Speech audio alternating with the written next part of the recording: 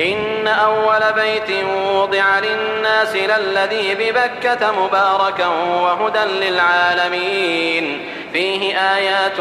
بينات مقام إبراهيم ومن دخله كان آمنا ولله على الناس حج البيت من استطاع إليه سبيلا ومن كفر فإن الله غني عن العالمين قل يا أهل الكتاب لم تكفرون بآيات الله والله شهيد على ما تعملون قل يا أهل الكتاب لم تصدون عن سبيل الله من آمن